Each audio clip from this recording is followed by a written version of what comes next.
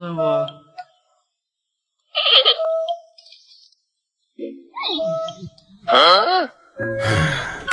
眼前这只因为奶爸给的笋笋太小而气得一巴掌呼过去的大熊猫叫晴晴，被称为熊界小哪吒，因为它在妈妈肚子里待了10个月，10月怀胎本是正常不过了，但大熊猫都属于早产儿，所以晴晴就成了另类，也是一出生就创造了熊猫界孕期最长、春季出生、母亲出产年龄最高这3大吉利斯纪录。晴晴小时候长相呆萌，但透露着一丝凶狠，而且爸爸妈妈都是暴躁脾气，所以经常看到晴晴欺负别的小熊。你是不是晴天哪个都要去惹，你惹是生非，你是拳王是不是啊？是不是？你好意思嬉皮笑脸？甚至站在门前吼骂饲养员，所以又被取名晴霸天。晴晴特别能吃，不是在吃的路上，就是吃的途中。奶爸为了给晴晴减肥，于是把大竹笋换成了小竹笋。晴晴以为是什么小惊喜，得知大竹笋被换后，直接一巴掌呼过去，还气得差点说出人话来。晴晴的相亲史更是让人笑到肚子疼，追着南熊一顿暴揍，武刚吓得落荒而逃，看得饲养员大眼瞪小眼，直接请出同样暴脾气的卢卢。平时卢卢熊见熊怕得暴躁熊，但这会儿却被晴晴压于身下，最后还是在饲养员帮助下才让卢卢得手的。晴晴常驻于大熊猫保护研究中心和桃坪基地，但她本是北京户口，因为晴晴出生的情况特殊，所以就来了个熊猫大呼唤。北洞饲养员一眼就看中了活泼好动的萌萌，所以萌兰才会有北洞户口，以至于成年后被转入北洞，凭借一己之力成为北洞最大的股东。盘点熊猫界的2大乌龙事件：一件美兰误终身，2件普普望红尘。2011年，在美国出生的美兰回国相亲，不仅长得好看，还是个海归，于是一口气给他安排了8个相亲对象，其中就有熊猫界的吴彦祖511。他不仅长相帅气，性格还特别好，但考虑到各方面因素，勇勇竞选成功了。然而给勇勇和美兰安排相处一段时间后，发现美兰竟对勇勇提不起半点兴趣，这让工作人员很是疑惑，难道是熊猫的眼光和人不一样？专家建议给美兰做个全方位检查，因为熊猫在未成年之前，身体的某些特征并不明显，不查还好，一查吓了一大跳。一直被视为美女熊的美兰竟然是雄性，不仅老婆变了兄弟，还多了一个竞争者，这让对他一见钟情的511受到了打击，从此不敢踏入红尘半步，成了觉醒谷的谷主，守身如玉10多年。而美兰却壮大家族，儿女多达20多只，只是不知道还记不记得那年大明湖畔的511，除了美兰，普普也搞了个大乌龙。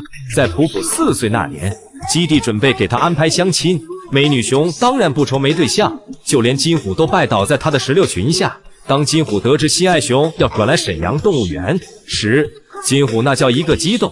俗话说得好，近水楼台先得月，但饲养员意外发现普普的身上长了一个类似肿瘤的鼓包，后经过检查，人家普普分明就是大男孩。金虎心爱之熊没等到，却等来了一个老铁。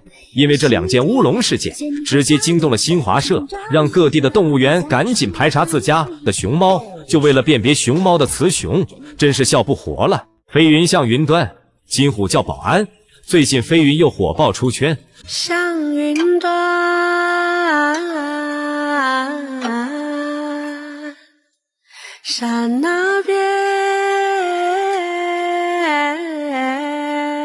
抬头45度斜望天空，从左至右慢慢转动，眼神中透露着一股清澈的愚蠢，像极了我老表吃毒蘑菇后的状态。有多少人是被他这一条视频圈粉的？不过咱们的飞云可不是依靠卖萌吸粉的，他可是有着金刚芭比称号，打起架来10分勇猛，3分钟可以揍哭金虎7次，导致奶妈问到他喜不喜欢飞云时，他是这样回答的：喜不喜欢飞云？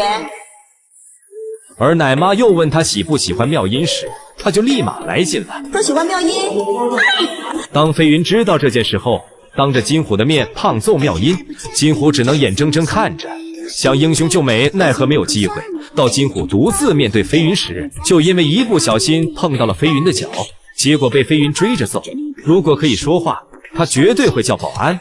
其实也怪不得人家金虎，他只是喜欢比较温柔的而已，毕竟飞云实在太猛了。然而金虎也确实抗揍，当面一套，背后却又是一套。飞云看着他时，他抱着飞云的抱枕，假装很安逸；当飞云不在时，他却对着飞云的抱枕一顿输出，撕成了8大块。不得不说，金虎也很虎。不过飞云玩的就是一个反差，仓鼠探头和倒着玩滑滑梯，更是吸引众多粉丝的喜爱。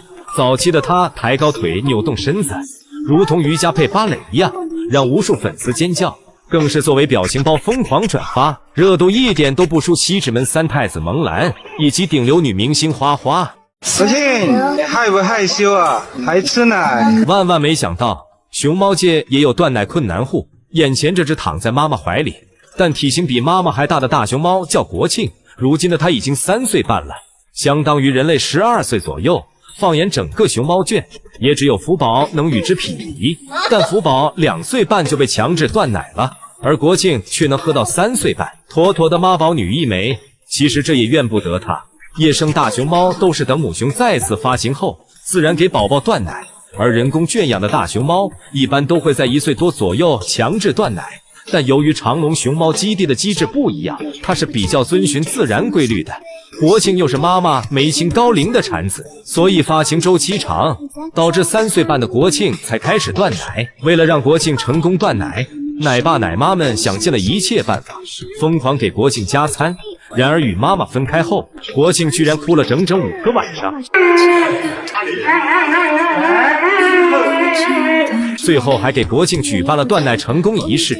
这下好了，全国各地的人都知道了，真是神一般的操作，笑不活了。原来司汤圆 cos 待产母熊猫并不是为了盆奶，而是另有其因。相信大家都看过这段视频。在萌兰幼年时期，本来安静的干着饭，却没想到走过来几个粗大汉，然后把萌兰4脚朝天的抬了出去。尽管萌兰如何挣扎都无济于事，而这一切都被司汤圆所看在眼里。当时的他害怕极了，于是装作什么也没看见一样，因为在他的认知里，萌兰是被绑架了。如果当时自己不装疯卖傻，可能自己也会被抬走。而自从萌兰被绑走之后，司汤圆就再也没有见到过萌兰了。后来的司汤圆怕被灭口，就装疯卖傻 cos 待产母熊猫，用力呼吸，使肚子起起伏伏，装作待产时呼吸急促的样子，还提前准备了婴儿床，试图从公熊猫转变成母熊猫。因为有很多公熊猫都被当作母熊猫来养，直到介绍相亲对象后，才发现是公熊猫。美兰和普普就是前车之鉴，所以司汤丸想尽办法假装母熊猫，这样大家就分辨不出来它了。久而久之，大家就会忘记它。所以我认为这句话非常适合他。别人笑我太疯癫，我笑他人看不穿。没想到萌兰小时候被司汤圆治愈过。画面中，萌兰独自躲在角落哭泣，司汤圆踉跄的步伐走向萌兰，随后抱着她用手轻轻拍萌兰的背，安慰萌兰别伤心了。事情的开始是美奶妈抱着小熊喂奶，美奶妈向来最疼爱萌兰，所以导致萌兰醋意大发，想让奶妈抱抱自己。然而梅兰只是看了一眼萌兰，随后又继续给别的熊猫宝宝喂奶。萌兰咬住梅兰的衣服扯，梅兰依旧只看了她一眼。萌兰受不了被晾在一旁的感受，于是想方设法吸引奶妈的注意力，却换来的是奶妈的嫌弃。此时的萌兰委屈至极，生气地躺在一旁，哭了一会儿后，又爬起来抱着奶妈。奶妈这才意识到自己忽视了萌兰，于是好言唬萌兰。本来萌兰已经妥协了，但在另外一只熊猫宝宝喝完奶后，奶妈怕它消化不良，于是拍打它的背。萌兰误以为奶妈在逗它玩，于是跑过来加入其中，但被奶妈无情地抛弃，只顾着照顾另外一只熊猫去了。事后奶妈也没有安慰萌兰，更没有陪它玩，一句拜拜就离开了，导致出现了开头一幕。萌兰伤心地躲在角落哭泣，缩成一团，委屈至极。司汤圆看见三哥心情不好，慢慢地爬到萌兰身旁，本来想叫他去玩，但萌兰心情低落，没有心情陪他。既然三哥不能陪自己，那司汤圆干脆留下来陪三哥，用小脑袋再蹭在三哥的背，贴着萌兰传递温暖，还不断用小手轻轻拍打其背部，安慰他的情绪。有这样一位伙伴，萌兰长大后成了阳光大男孩，治愈了很多需要帮助的伙伴。